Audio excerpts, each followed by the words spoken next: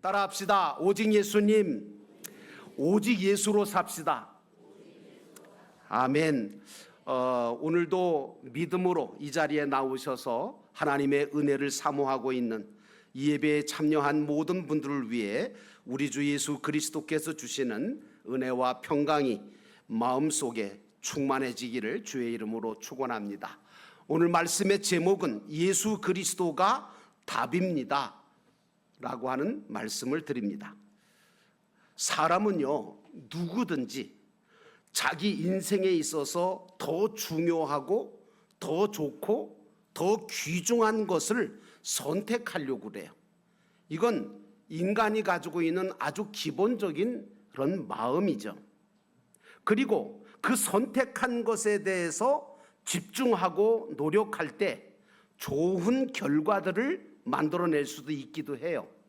그리고 그로 인해서 인생이 편안해지기도 하고 행복해지기도 합니다. 그래서 선택이라는 게 굉장히 중요한 것 같아요. 잘못된 선택을 한 사람들의 인생을 보면 불행한 인생을 사는 경우가 많습니다. 그래서 우리 믿는 사람들은 무엇을 선택할 때나 모든 범사에 모든 일을 결정할 때도 하나님을 인정하고 그분의 인도하심을 받기 위해서 기도하지요. 기도할 때 하나님의 인도가 있는 줄로 믿습니다. 그리고 말씀을 따라서 순종하려고 합니다. 왜? 그 말씀을 따라서 순종할 때 우리의 삶이 합력하여 선을 이루시는 하나님의 은혜와 복을 경험하기 때문입니다. 그러므로 믿는 사람은 무엇이든지 내 뜻과 내 생각대로 결정하거나 행동하지 아니하고 또 초조해하거나 조급해하지도 아니하고 하나님 아버지 앞에 모든 것들을 맡기고 그분의 이끄심과 인도하심을 받을 때 마치 목자가 양을 이끌고 가듯이 하나님은 우리에게 푸른 초장과 맑은 시냇물가로 우리를 인도하실 줄로 믿습니다. 오늘 본문의 말씀으로 돌아가서 우리가 첫 번째로 생각해 봐야 될 것은 예수님은 우리의 구원자가 되신다라고 하는 얘기입니다. 10절에 보니까 너희와 모든 이스라엘 백성들은 알라. 너희가 십자가에 못 박고 하나님이 죽은 자 가운데 살리신 나사렛 예수 그리스도의 이름으로 이 사람이 건강하게 되어 너희 앞에 섰느니라. 이렇게 말하고 있습니다. 오늘 베드로와 요한은 매일 9시만 되면 정해진 시간에 기도하려고 성전에 올라갔습니다. 그렇게 매일같이 올라가다가 보니까 성전 문 앞에 한 사람이 눈에 띄었는데 이 사람은 나면서부터 걷지를 못한 안진뱅이라서 스스로 경제활동도 할 수 없으니까 어려운 삶에 어떻게 하든지 살아가려고 성전 문 앞에서 구걸을 하며 살아가고 있던 한 사람을 보게 됩니다. 이 사람이 지나가던 베드로와 요한에게 무엇을 좀 달라고 구걸을 하니까 베드로와 요한이 뭐라고 얘기하냐면 우리에게 당신한테 줄 수 있는 은과 금은 줄 수 없다. 은과 금은 없다. 그러나 우리가 가지고 있는 것 중에 가장 귀한 것이 하나 있는데 그것은 나사렛 예수 그리스도의 이름이다. 그러므로 오늘 우리들은 당신에게 나사렛 예수의 이름으로 일어나 걸어라 라고 손잡아서 그의 손을 잡아 일으키니까 발과 발목이 힘을 얻게 되고 뛰어서 걸으며 성전 안에 들어가 하나님을 찬송하는 기적이 일어났습니다. 사람들은 깜짝 놀랐습니다. 세상에 누가 그를 일으켰을까? 저 사람들은 도대체 누구기에 저 나면서부터 안진뱅이였던 사람을 일어나 걷게 하고 뛰게 만드는가? 그러면서 그들의 마음속에 한 가지 찾아오는 이야기는 예수님의 이름으로 걷게 했다는 겁니다. 여러분, 대제사장들과 종교 지도자들이 이 소식을 듣고 난 다음에 죽은 예수의 부활이 전해지는 것을 싫어했습니다. 왜? 이 사람들이 예수님을 죽였거든요, 주동해서. 그러니까 예수의 이름이 전해지는 것을 싫어한 그들이 이 베드로와 요한을 잡아다가 옥에 가둡니다. 그리고 난 다음에 이튿날 너희가 이제 재판장에 불러내서 너희가 무슨 권세로 누구의 이름으로 이 일을 행하느냐라고 신문을 하니까 베드로가 성령이 충만하여 이렇게 말합니다.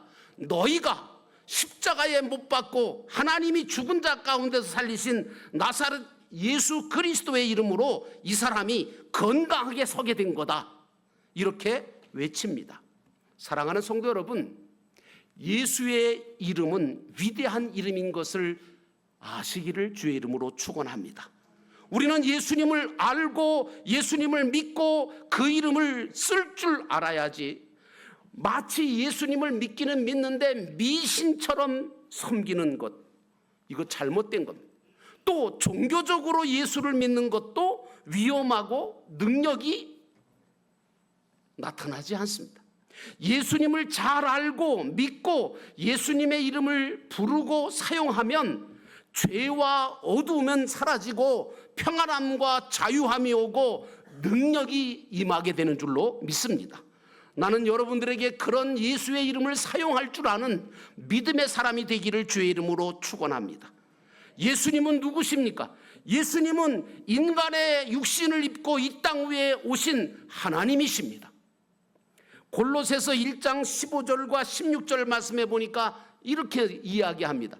그는, 여기 나오나요? 다 같이 한번 읽어보겠습니다. 시작. 그는 보이지 아니하는 하나님의 형상이시요 모든 피조물보다 먼저 나신 이시니 만물이 그에게서 창조되되 하늘과 땅에서 보이는 것들과 보이지 않는 것들과 혹은 왕권들이나 주권들이나 통치자들이나 권세자들이나 만물이 다 그로 말미암고 그를 위하여 창조되었고 라고 말하고 있습니다. 여러분, 예수가 누구시냐라고 얘기하면 우리는 답을 갖고 있어야 됩니다. 예수님은 바로 하나님이시다. 이게 기독교인 거예요. 그러므로 예수의 이름은 위대한 이름이라는 사실을 절대로 놓치지 않기를 주의 이름으로 축원합니다. 또 예수님은 하나님이실 뿐만 아니라 메시아요 그리스도십니다. 이게 뭐냐? 메시아는 뭐고 그리스도는 뭐냐? 메시아는요, 그리스도와 같은 말인데 이게 똑같은 이름이에요. 그런데 메시아는 구약을 쓴 히브리어로 쓰진 거고요, 그리스도는 이 신약을 쓴 헬라어로 쓰여진 이름이거든요.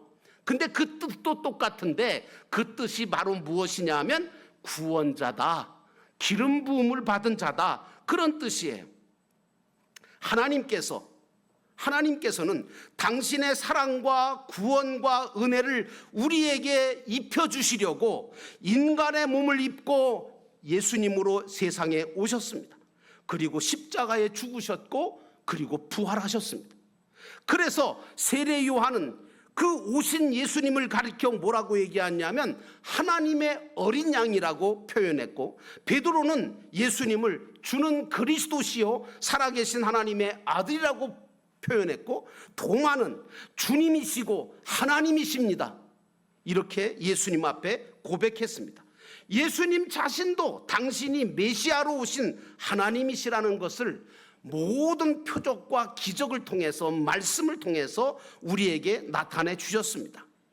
이번 여름 성경학교 어린이들 그 성경학교를 하는데 그 어린이 여름 성경학교 개회 예배 설교를 제가 저한테 하래요. 그 주제가 뭐냐 그랬더니 예수님은 왜 세상에 오셨을까? 그거더라고요. 예수님은 세상에 왜 오셨을까? 안 오셔도 될 뿐인데, 한마디로 말하면 예수님은 우리를 죄에서 구원하시고 당신의 나라에 우리가 들어갈 수 있도록 하기 위해서 이 땅에 오셨는 줄로 믿습니다. 오늘 우리가 예수가 하나님이시며 우리를 구원하러 오신 메시아요 그리스도라는 것을 알고 믿으면, 그래서 그분을 나의 주님이시고 나의 하나님이라고 믿고 고백하면 우리의 모든 죄가 사라지게 되고 영원히 살 수 있는 천국의 소망을 갖게 되는 줄로 믿습니다. 우리 믿음이 반석같이 변함없고 강한 신앙이 될 수 있는 방법은 예수가 하나님이심을, 그리스도이심을, 메시아이심을 고백할 때입니다. 그러므로 예수의 이름으로 기도하면 응답이 오고, 예수의 이름을 전하면 영혼이 구원받게 되고, 예수의 이름으로 일으키면 병든 자도 고침받고, 그리고 역사도 일어나고 우리가 상상도 못할 기적 같은 일들이 일어난다는 사실을 여러분들은 확신을 가지시기를 주의 이름으로 축원합니다. 그래서 이사야 11장 2절에 이런 말씀이 나옵니다. 믿음의 사람 위에는 여호와의 영, 곧 지혜와 총명의 영이요 모략과 재능의 영이요 지식과 여호와를 경외하는 영이 강림하신다라고 말하고 있습니다. 오늘 예수님의 이름이 안전뱅이를 일으켰습니다. 베드로와 요한이 일으킨 게 아니라 베드로와 요한 속에 있는 예수 그리스도가 그의 발에 힘을 주고 걷게 하고 뛰게 하고 하나님을 찬양하게 하신 줄로 믿습니다. 그 예수가 여러분들 마음속에도 계셔서 지금 오늘 이 예배의 시간에 우리가 참여하여 하나님을 찬양할 수 있는 것이고, 그리고 하나님께서 주시는 은혜를 받을 수 있게 된 것입니다. 그러므로 사랑하는 성도 여러분, 예수의 이름은 위대한 이름인 것을 여러분 늘 기억하시기를 주의 이름으로 축원합니다. 두 번째로 오늘 본문의 말씀 보니까 예수님이 짐 모퉁이에 머릿돌이 되셨다는 얘기입니다. 11절에 보니까 이 예수는 너희 건축자들의 버린 돌로서 짐 모퉁이에 머릿돌이 되었으며 이렇게 말하고 있습니다. 여러분, 베드로는요 예수님이 건축자들에게 버림을 받았지만 오늘 이 바울이 뭐라고 얘기하냐면 예수님은 건축자들에게 버림을 받았지만 버림받은 돌같이 버렸지만 그러나 그 짐모퉁이에 머릿돌이 되었다고 말하고 있습니다. 누가 이렇게 존귀한 자로 세우셨을까요? 하나님이십니다. 건축자라고 하는 것은요, 여기 나오는 건축자라는 것은 유대인과 종교 지도자들로 성경 말씀의 전문가들인데 이들이 메시아로 오신 예수님을 몰라서 죽이고 버렸던 거예요. 오래 신앙생활하고 봉사 많이 하고 성경 많이 읽고 기도 많이 했다고 해서 구원받는 거 아니에요. 예수님을 마음속에 구주로, 하나님으로, 메시아로, 그리스도로 영접하지 않으면 안 돼요. 그리고 그 믿음을 가지고, 영접하고 믿은 그 믿음을 가지고 주님을 위해 주님의 뜻대로 살 때 오늘 우리의 삶이 영원히 복된 삶으로 변화되는 줄로 믿습니다. 신앙생활 한다고 하면서 말씀을 무시하는 사람도 있더라고요. 자신의 생각과 방식대로 살고 하나님의 말씀과 전혀 무관한 삶을 사는 사람이 많아요. 이런 사람들이 바로 주님을 버린 자고 모래 위에 집을 짓는 자들과 똑같습니다. 우리는 반석이신 예수님을 내 신앙의 머릿돌로 삼고 내 인생의 기초석으로 삼고 금과 은과 보석으로 집을 지어 가야지 무너지지 아니합니다. 주님으로부터 상을 받게 되어집니다. 그러므로 사랑하는 성도 여러분, 여러분들은 만세반석 되신 예수 그리스도 위에 여러분의 신앙의 집을 금과 은과 보석으로 지어 가시기를 주의 이름으로 축원합니다. 이것이 바로 오직 예수로 사는 삶입니다. 건축가인 유대인과 종교 지도자들이 예수님을 버렸습니다. 그러나 하나님께서는 그 버려진 돌 같은 예수님을 모퉁이 돌이 되게 하셨다는 겁니다. 빌립보서 2장 9절과 11절에 보니까 이런 말씀이 나옵니다. 이러므로 하나님이 그를 지극히 높여 모든 이름 위에 뛰어난 이름을 주사 하늘에 있는 자들과 땅에 있는 자들과 땅 아래에 있는 자들로 모든 무릎을 예수의 이름에 꿇게 하시고 모든 입으로 예수 그리스도를 주라 시인하여 하나님 아버지께 영광을 돌리게 하셨느니라. 어리석은 사람들은 예수님을 버립니다. 떠납니다. 예수님을 버려 십자가에 죽게 만들지만 하나님은 죽은 자 가운데서도 예수를 다시 살리셔서 모퉁이돌이 되게 하셨습니다. 세상 사람들이 여러분을 쓸모없다고 버릴지라도 하나님은 절대로 버리지 않으시고 분명히 귀한 일에 여러분들을 하나님의 뜻대로 복되게 쓰실 줄로 믿으시기를 축원합니다. 유대 건축에서 모퉁이 머릿돌이라는 게 뭐 그렇게 중요할까? 여러분, 유대 건축에서 모퉁이 머릿돌은요, 집을 짓는 기초석과 같은 거예요. 머릿돌이 좋아야 집이 튼튼하고요, 머릿돌이 좋아야 보기에 좋고요, 머릿돌이 좋아야 기울어지거나 흔들리지 아니하고 땅에 묻히거나 변질되지 아니하고 무너지지 않는 겁니다. 모퉁이돌이 그렇게 중요한 역할을 하는 겁니다. 오늘 우리 믿는 자들과 영도교회의 머릿돌은 예수님이 되어야 될 줄로 믿습니다. 그러므로 예수님을 머릿돌로 삼고 살아가면 여러분의 인생이 평안과 기쁨이 생길 뿐만 아니라 가정이 회복하게 되고 은혜와 복이 넘치게 되는 것입니다. 무엇보다 교회 공동체는 사람 중심이 아닌 예수 그리스도가 머릿돌이 되어야만 음부의 권세도 사단의 역사도 일어나지 않고 건강하고 평화로운 아름다운 교회로 세워지게 되는 것입니다. 어떤 인생이든 예수 그리스도를 정말 머릿돌로 삼고 살아가면 구원의 역사가 이루어지는 줄로 믿습니다. 여러분 아십니까? 바울과 실라가 빌립보 감옥에 갇혔습니다. 채찍에 맞고 착고에 차였습니다. 그런데 그들이 그곳에서 무엇했습니까? 기도하고 찬송했습니다. 그러니까 옥토가 흔들립니다. 착고가 풀렸습니다. 그 놀라운 역사가 일어났습니다. 간수장이 죄수를 다 도망간 줄로 알고 자결을 하려고 했을 때 바울과 실라가 말리지요.